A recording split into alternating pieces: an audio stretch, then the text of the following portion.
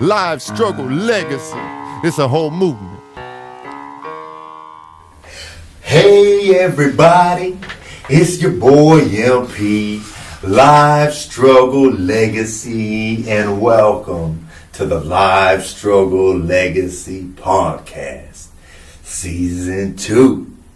Now, with no further ado, we have a very special guest today. Now, real quick, hold on, pause. If you haven't already done so, make sure you hit that subscribe button, hit that like button, hit that notification button, drop a comment. If you're streaming on a streaming platform, make sure you hit follow and rate us if this is a podcast platform you're listening to us on. All right, no further ado.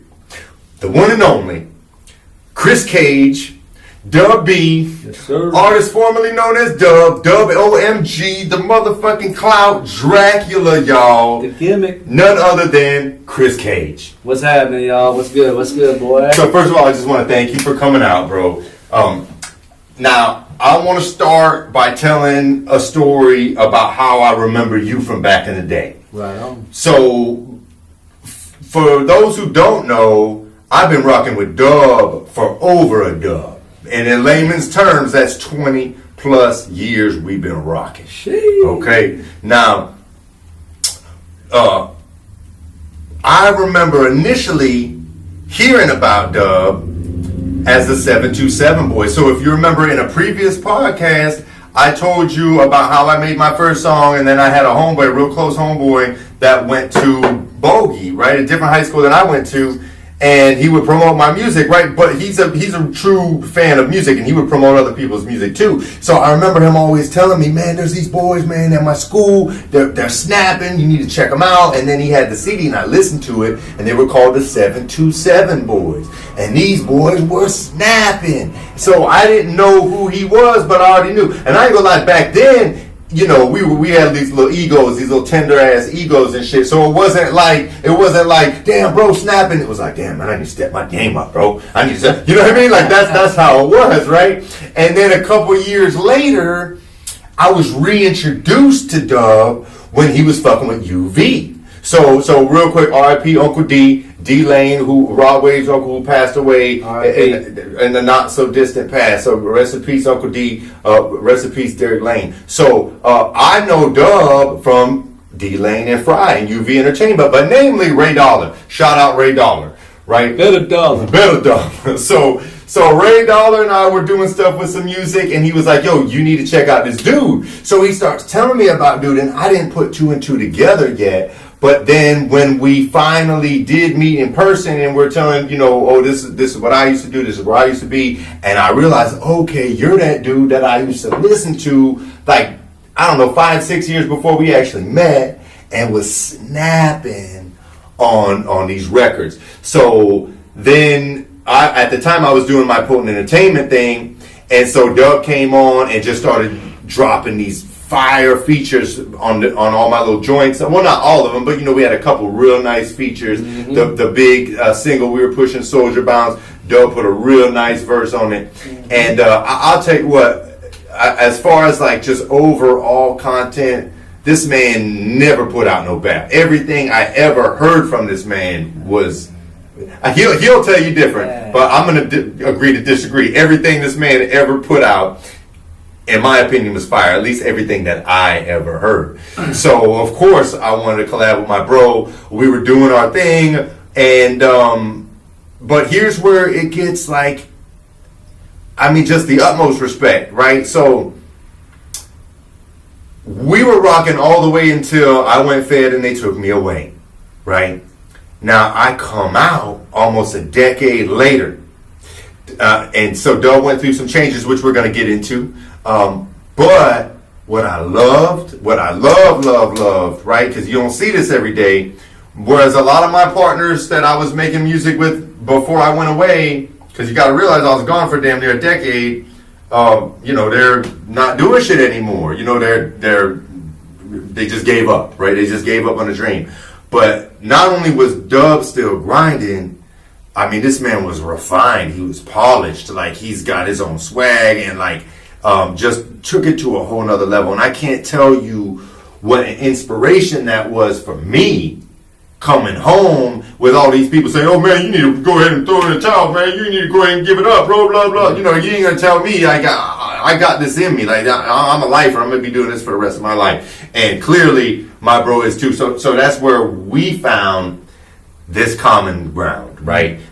And he's my birthday twin. Hey. September 20th. We're born on the same day. You don't see that every day. Virgo gang. Both on a Sunday.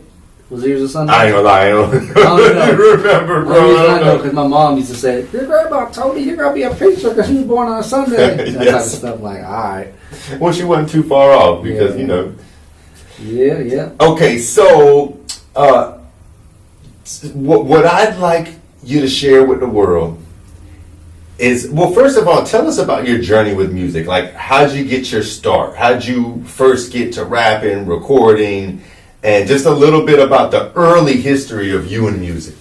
Man, I probably just in middle school, man, just started just messing around, just saying weird little stuff in my head, and then probably just translated over and started writing.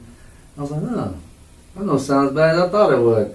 And eventually, you get into high school, you start meeting other people, and you just like, man, these people could do it, I could do it.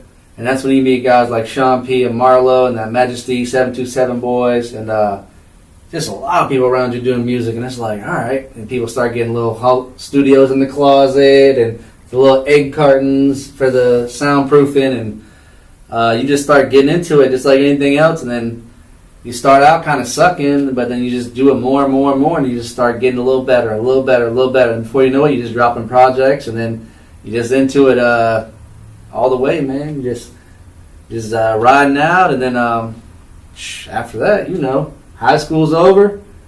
Like you said, you start getting a little more polished. You start meeting more people out there in the world, not just in the high school, and then things just get bigger and bigger and bigger, man. And then we get into the stuff where we meet y'all, man, and going with UV, doing things with them. They had us flying out to Vegas and doing shows with Jeezy and all them boys and Ray Dollar, and he put me on with you, man. And I remember the first time I met you was over the phone, and I just heard your voice. I'm like, Juvenile? I'm like, I didn't know it was a white dude, right? So I'm like, I'm just in my head, I'm thinking the gold teeth, the little fade, the bandana. I'm just seeing it in my head. I'm like, this man, hey, yo, what up? Like, that type of voice. I'm like, all right. So, boom, Ray Dollar's like, yeah, I'll put you on my dude MP, da-da-da. And I meet you, I'm like, where's the dude MP at? And oh, it's this dude right over here. I'm like, so that was just me and you. And then as far as that goes, the rest is history with that. Pretty much just everything you said. And then that's basically the intro, man. Just getting into things and just trying things out until you just start making it repetitive and getting into it and getting better. Absolutely. So was there anybody that you listened to before that kind of like kickstarted it? Like any major influences?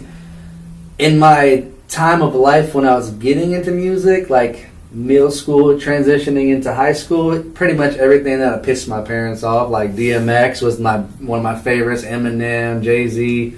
That was the stuff that was big at the time. Obviously, Tupac and Biggie. I like Pac over Biggie, but Tupac, Biggie. They had a lot of Bone Thugs coming out of high school, just all kinds of stuff, man. And I've always been in other genres, but as far as like what influenced me to do music, because I was, you know, singing is a whole other level. But at the time, I was like, I could rap. So that's the stuff, and that was what was popular. All the kids wanted to emulate, da-da-da-da. So DMX, Tupac, Jay-Z, Eminem. I mean, I can Ludacris, Outkast. I mean, I can go on forever, but just that era of music was basically what kind of influenced me to start rapping. Absolutely. Okay. So on that note, you touched on something. So tell me about your T-Pain moment. Now, real quick for the audience, I say T-Pain moment because for those who know the history of T-Pain, T-Pain was a fire-ass rapper before he went into being a singer. And so when I left this turf, when I went away to prison, Doug was one of the best rappers I know. I'm just going to be all the way real. This man could put a verse together like that and like delivery right. I mean, everything, top tier, right? And when I came home, my bro was doing R&B. He was singing. So I wasn't around for that transition. I was gone. But tell us a little bit about that. I want to know about your transition from rapping to singing and how that came about. I got a fixation on being different than everybody else. No matter what I do, I have to be different than everybody else. So like I said, everybody was rapping. Okay, I gotta do something different because I can't be like everybody else. So I started messing with like melodies and stuff, and just before everybody was doing this melodic rap. I mean, outside like Bone Thugs, but like the masses, like where everybody's doing melodic rap, I just started messing with melodies. Then I was like hearing songs on the radio and just imitating it and just honing into it. It's like, well, maybe I could do this. Just kind of got into singing, and I'm not like an American Idol, get on the stage, sing live, but like when it comes to going to the studio, I can make some stuff. Like I can sing in the studio, but just trying to be different all in all. Like it's just my personality in general. Like even tattoos. When I was getting tattoos, nobody had tattoos. Then when I started getting tattoos, everybody got tattoos. I'm like, shit. But it's just that mentality, man.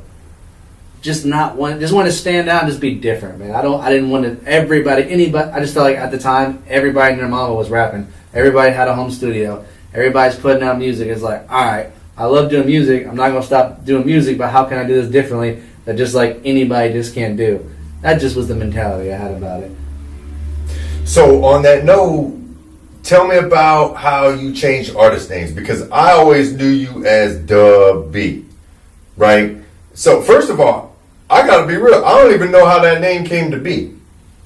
Well, in my younger years, being a little rascallion in what they would call the hood, being the only white guy around, people would just call me White Boy, which would be Dub B for short, like White Boy. Oh shit! I never knew that. Like all this time, I would be in the club, only white person around. You look around, it's just me, bro, and everybody else just be vibing part. That just was the vibes with my friends. That's where I was. Being from a broken home, all my people who took me in, that's where we live, bro. So yeah. Just living out in a certain area, just being the only person that looked like that. That's what they call me. But just shortened the Dub for like more of a marketable thing, and then Dub ONG. There's all these little gimmicks, and then my real name is Chris. So I switched it to Chris, and then one of my business partners and managers at the time, Strizzo, was basically like, man, because I'm a movie buff, I'm a nerd, and one of my favorite actors is Nick Cage. Yes, sir. So he's like, man, fuck it, at this point, you want to talk about Nick Cage all the time, you might as well call yourself Chris Cage. I'm like, you know what? Kind of sound like a nice little gimmicky name, man. It just sound like some easy, you think about names and what's easy for people to say and easy for people to find, stuff like that. It's like, I like that. So I just kind of stuck with that as an artist name. Absolutely. And it's fitting, and it's your real name, so. To be fair, I gave him his nickname, Strenzel Washington. I got a lot of nicknames for him, but he's got a handle of Strenzel Washington. You're welcome, Striz. That's Strenzel? Yeah, okay, Strenzel. Shout out to Striz. Okay, so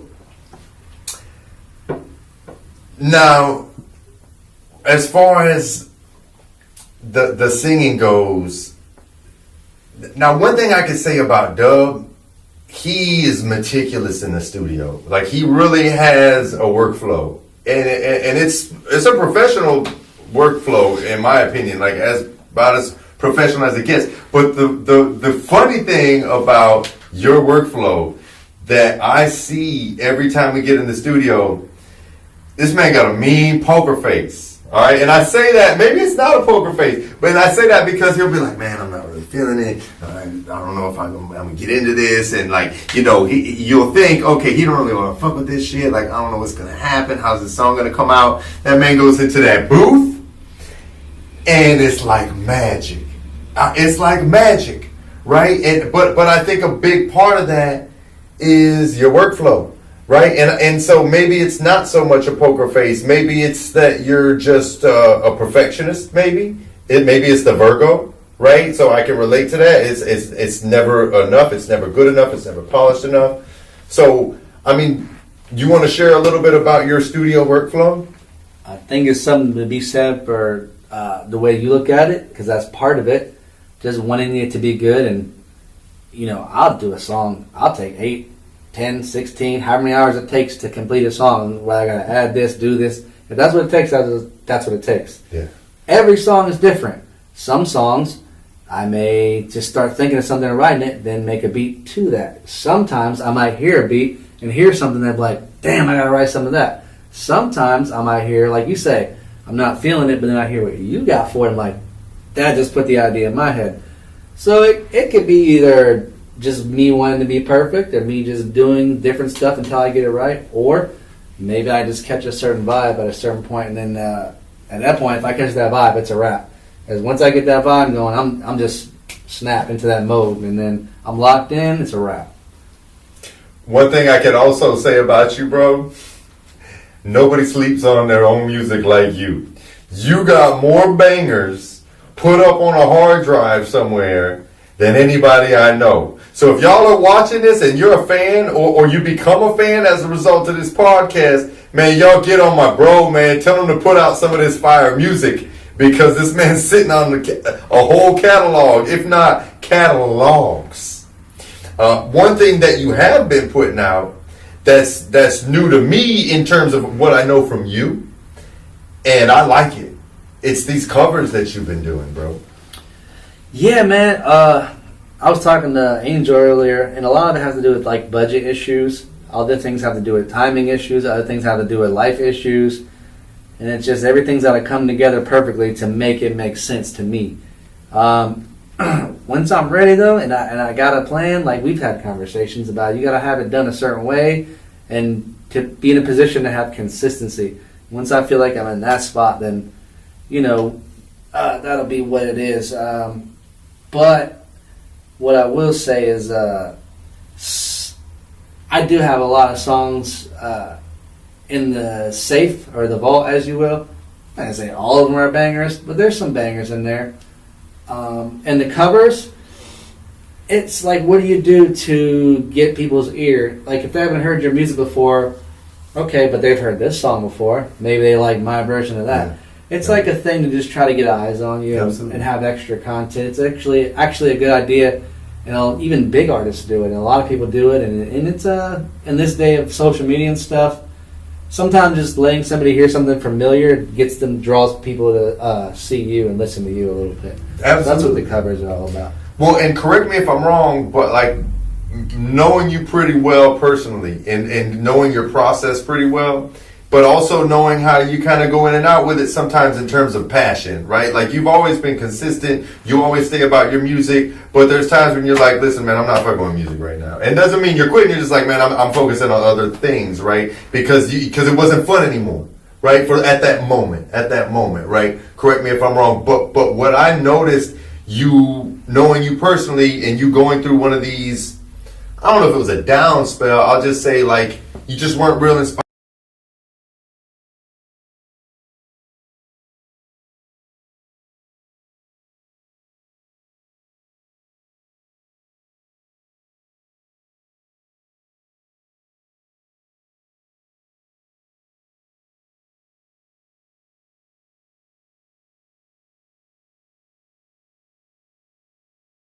So I do have fun when I'm doing them. Like, life gets in the way, like you said. You're raising boys. You're trying to focus on other things to position yourself to be able to be in a certain spot to come back to music. So from that aspect, you might kind of, I'm not going to say lose interest in the music, but put it on the back burner so you can do this so you can get back to the point where you need to be. But sometimes it's getting around your homies like you, Incredible, or people like Rosa Boy, or whoever the heck you hear do a song and you be like, dang, that makes me want to just do this. Or maybe just hear a beat, or just certain things that make you just make that light go off, that switch, man. And once that goes, then you're back in that mode, man. It's like, I don't know about promoting or anything like that, but I'm definitely going to go create at the very least. Yes. So, yes, absolutely. Make that more of a priority to create once you get in those modes. But yeah, man, it's like one of them scales, man. You're just trying to balance everything, and sometimes you got to go more over this way before you can get straightened out to go back this way. So I mean, that's the best way. I'll put that. Yeah, man. I mean, I know you've been through it, bro. So, like, you talked about being in and out and having to deal with life issues. And so I know you had your share life issues. Like I remember not too long after we reconnected, you were doing all this music, and then you kind of fell way back, bro, because I know you were going through some things. And it's not my place to talk about those things. That's your life. But I just thought that, maybe you could share a little bit about your, personal struggles and how you had to kind of take a step back. But through that, I know you were finding some kind of silver lining, because you did come back. And in my opinion, you came back better than ever. I mean, not just musically, but like mentally, physically, even spiritually on that level when you came back. Because you've given me like some profound spiritual life based off some of the adversity that you had, to have me take a different view at what I was going through. So do you mind sharing some of that? Absolutely. First off, I had to start my whole own podcast to say everything, because it's just so much stuff. But since we don't have that kind of time right now, I'll speak on that specific situation. Basically, like I said, I had management at the time, had some traction going. I had a couple of records in the club, one with JJ. We were getting spins over the radio. I'm doing shows. I'm getting paid to do shows. I'm starting to get some kind of what they call a buzz in the industry. Just starting to get to that little point where you're like, I'm getting some, okay, if I just keep doing this, it's going to go somewhere. I'm going across the bridge to do shows, coming back to the toll booth, girls working and noticing me, going to McDonald's, people noticing me, going to the mall, people noticing me, like, ain't you da-da-da? So boom, everything's going at a certain point. I'm touring, I'm just doing things, I'm moving, I got what they call motion nowadays. So fast forward a little bit, when I'm deep into that, 2016, unexpectedly, my mom passes away. So after that happens, basically you go into like a deep depression. Just don't give a shit about life, don't give a fuck, excuse my language, but that's how I felt. Just going through the motions every day, quit music, quit everything. Which if you're in the music industry, once you quit, you're back at the bottom again. You gotta start from the beginning. I didn't give a shit. My mom passed, I'm depressed, I'm getting fat. I'm just nothing. Like I'm not myself.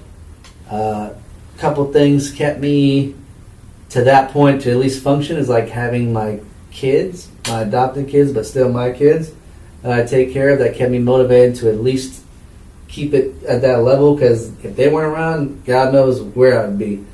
But so that kept me afloat to a certain degree of just. And then over time, you just start healing. You start being more receptive to things, and then it's talking to my homeboys and my people who help motivate me. And I'll say a lot to be said about fitness. Thank you to you and the homie Big Kev. I owe a lot to y'all. Y'all helped pull me out of my funk just from fitness alone, because what a lot of people don't realize about fitness is it's not just physical. It helps your mental.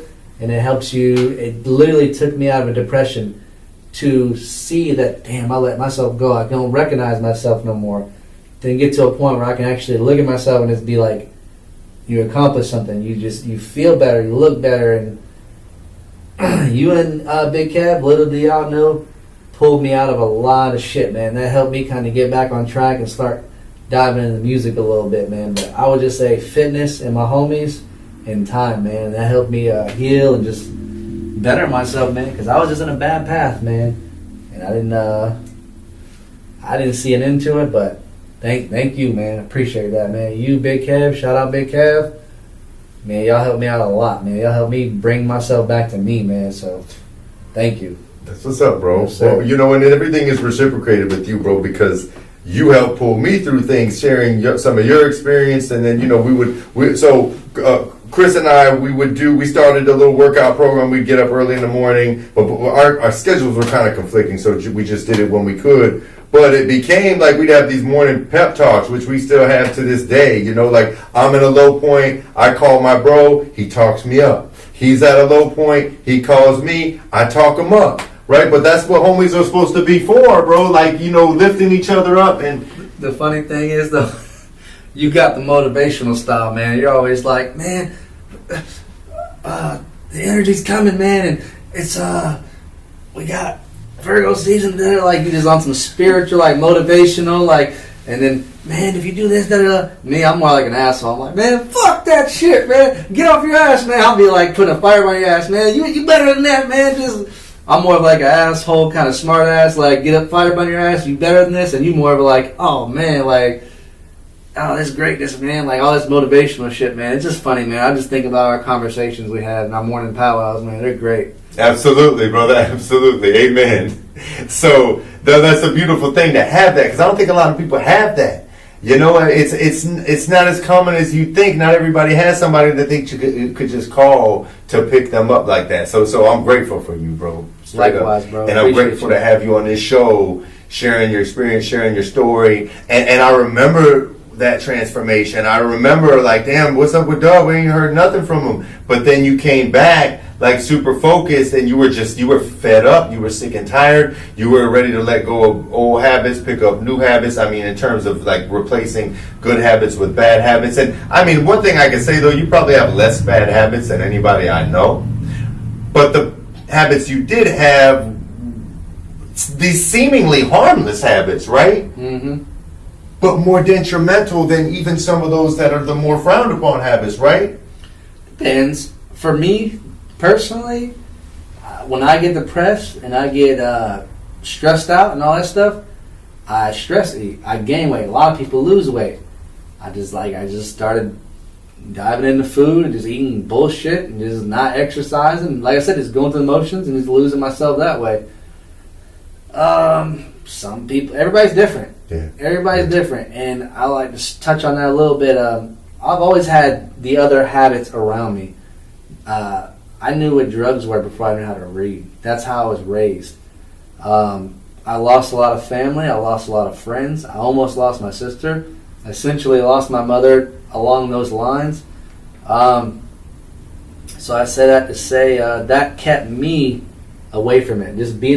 I ended up getting into the street world as well, and participating in the act of doing activities.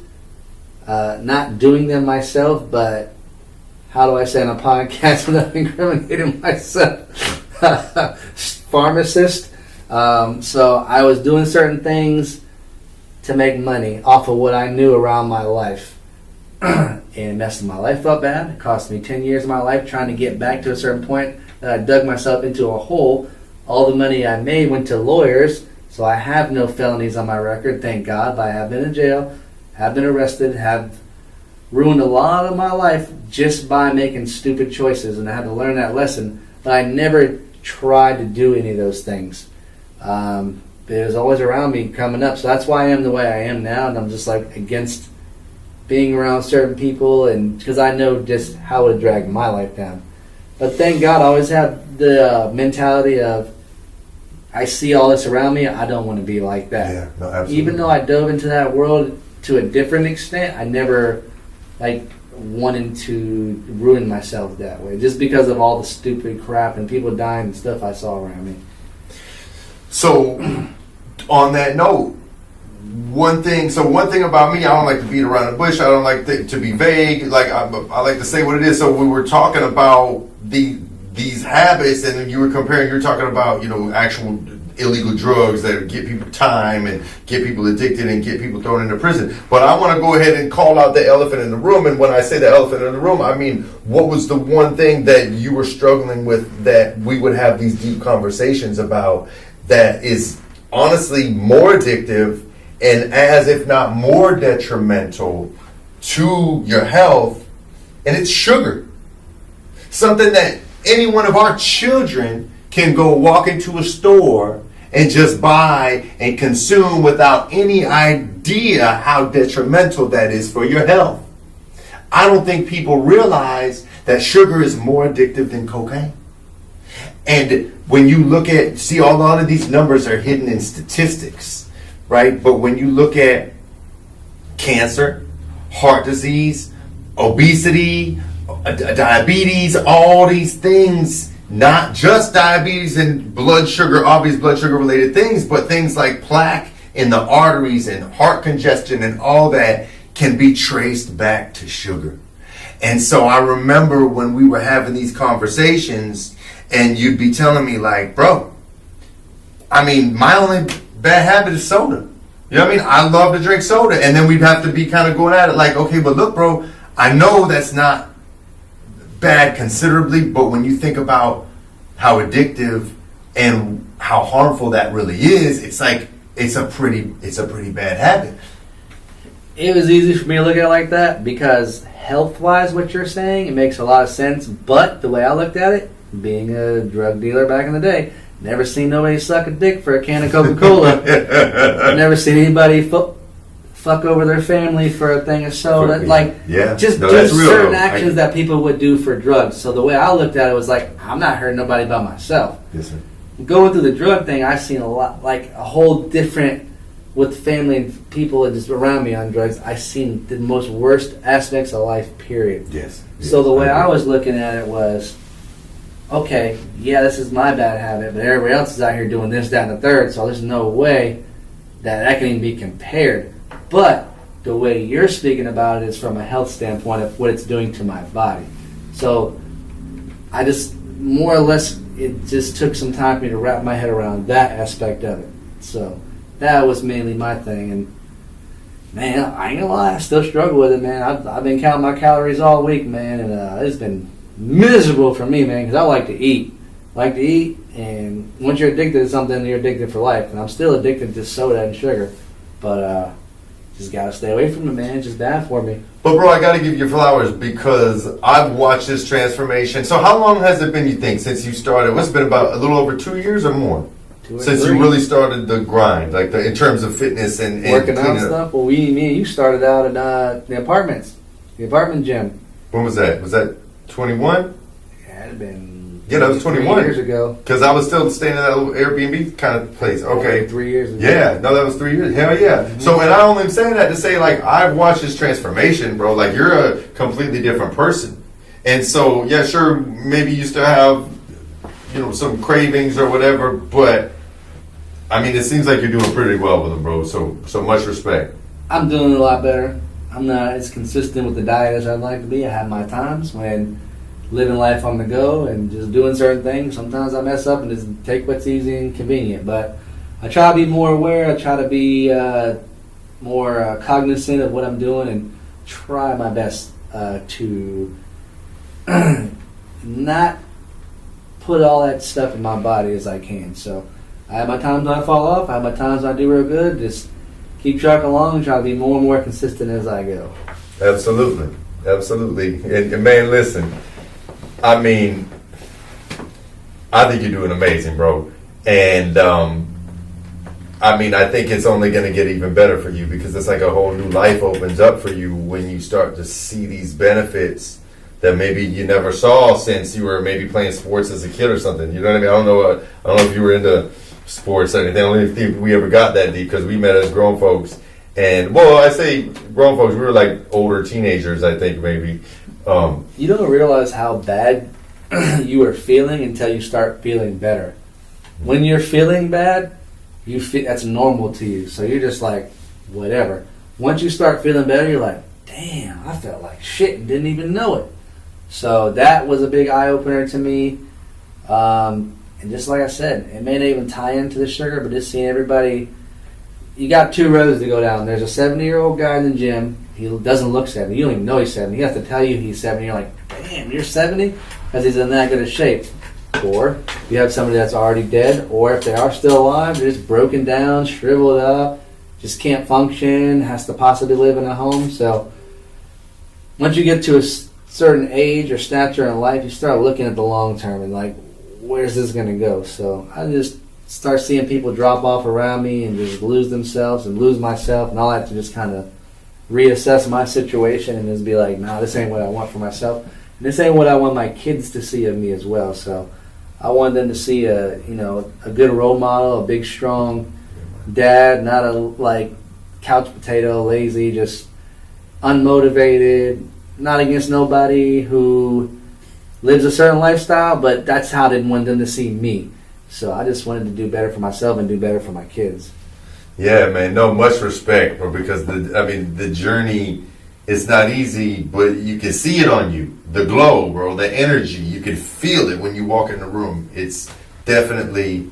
I remember when we did that No Time video, and the first time we shot footage for that, and I was still kind of in a funk and out of shape, and I just had no, what's the word I'm looking for? No motivation. You could just see it on me. I didn't have any energy to me.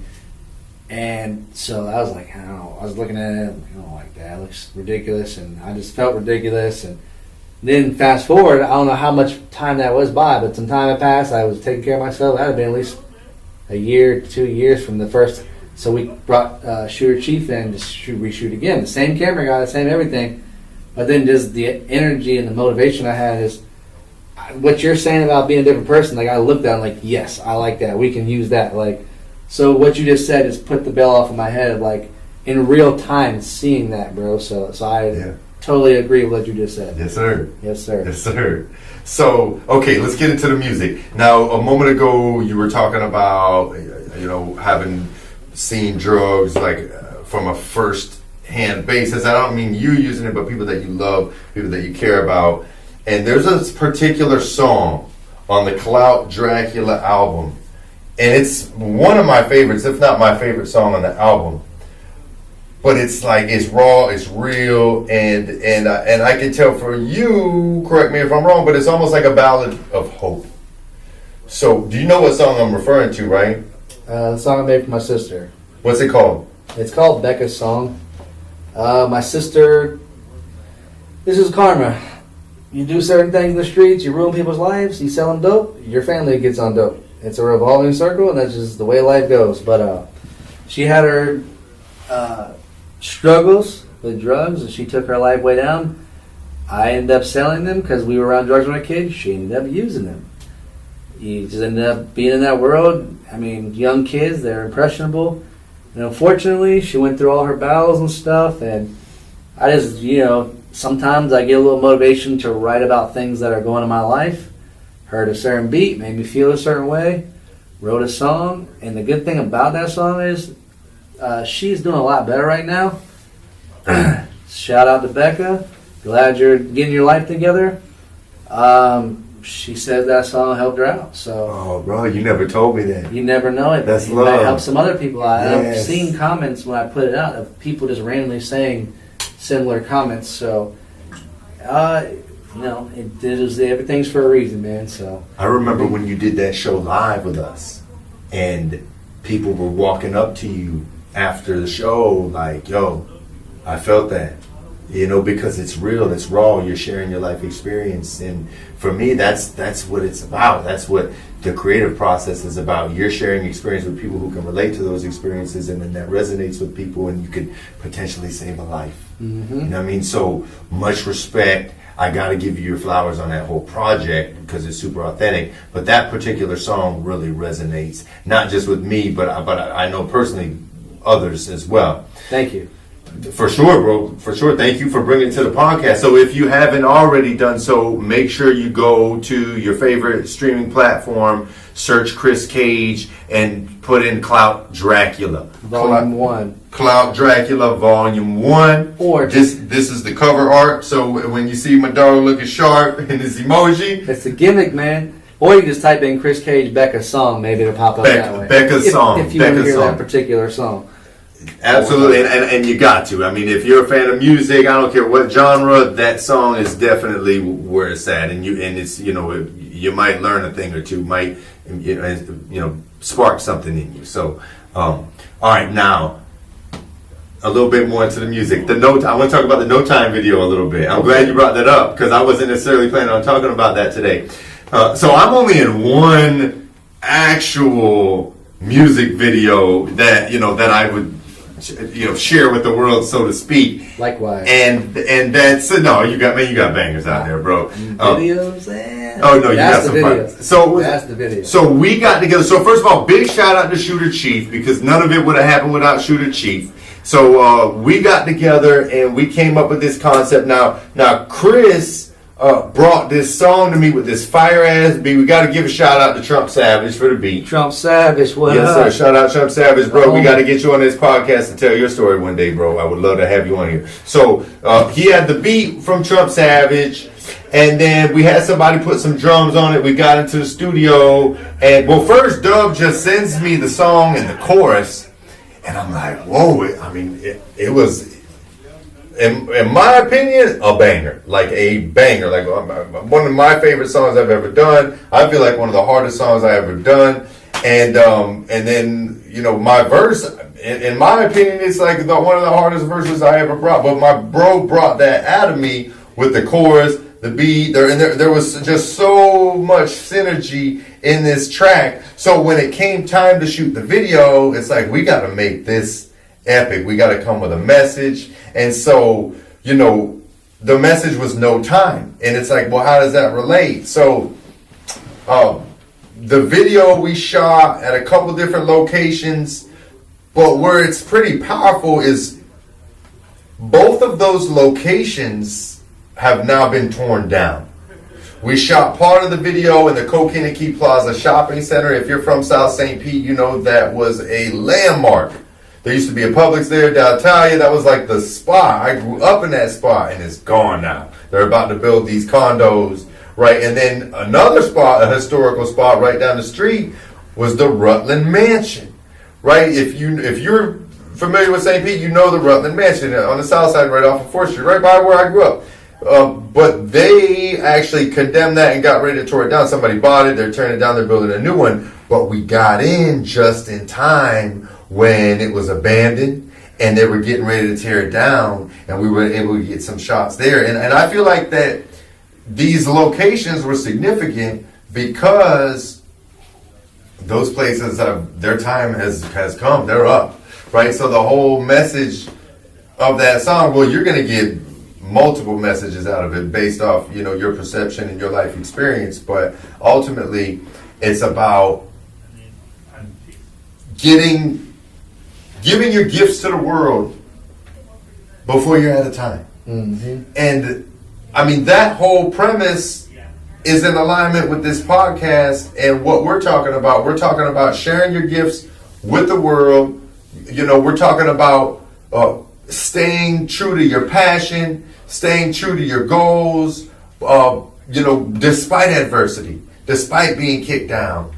So it's like, if you haven't already done so, make sure you check out that video. It's No Time, MP and Chris Cage. You can find a link on the website. If you go to www.livestrugglelegacy.com, there's a link right there. Because if you search it in YouTube, you know, so much stuff comes up. But also, there's a link to everything that Chris Cage has going on that website. If you go to Network, you'll see Chris Cage, so you can actually go straight to the songs on there. So that being said, I'm a promoter, bro. Now, I want to spend the rest of the time we have talking about what you have in the works. You know, like, what do you got cooking right now? How can these people find you? And what can they look forward to from Chris Cage in the future? Right now, I'm focusing on being a dad, and also I have another career going on where I'm trying to put a budget together to be able to promote my stuff. So the things I have out right now currently would be a little bit of older things like Call Dracula, which is a passion project, and some covers. I do have some other things I'm working on as well. I have some things in store. I have things going on with you, things going on with DJ Incredible, a couple things going on with DJ Strizzo.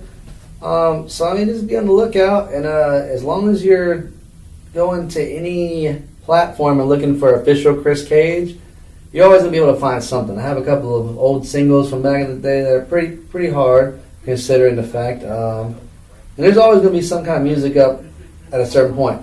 Once I get this budget to where I want to be and my life to a certain direction, to where I can kind of be consistent enough to promote stuff, I'll put some new stuff out and have some things in the mix. So anything at Facebook, Instagram, Twitter, Apple Music, Spotify, anything with official Chris Cage, you can just find different levels of music. But right now, I'd say the main one that's out is that Cloud Dracula project that you're wearing on your shirt. So that one's out currently while you guys are waiting for new stuff. I love this shirt, by the way. I love this graphic. This is fire. It's so you too. It's the gimmick, man. You gotta have a little swag going on with stuff. You just can't take yourself serious all the time, man. Absolutely. You gotta put some, just have fun with it, man. Now, those music videos that you got out, what's the YouTube channel for those? I think it's all gonna be under official Chris K. Okay. So I got a couple little somethings going on, man. But No Time's my favorite. That's the one. But I ain't gonna lie, that's my favorite. I think I might got like a couple covers on there, maybe like one original joint. But we're gonna have some new stuff coming up one day. As soon as you just follow official Chris Cage, all the announcements will come eventually. So y'all heard it, official Chris Cage. Check all your socials, right? If you go to Spotify or whatever streaming platform, you're gonna search Chris Cage, right? But if you find official Chris Cage, you're gonna find all the links that you need. Make sure you check out the homie. I promise you will not be disappointed. I don't care what genre of music you listen to. My bro is diverse. He's got something for everybody, and this man has a whole lot of music in him. That's why he's on this show for you today. So thanks so much for coming out, bro. Thanks for I having can't me, thank you enough. Appreciate it. I think this has been an unbelievable episode. And I just want to close by saying, of course, if you haven't already done so, hit that subscribe button, that like button, that notification button, drop a comment. If you think somebody's interested in what we have to say on this platform, share it.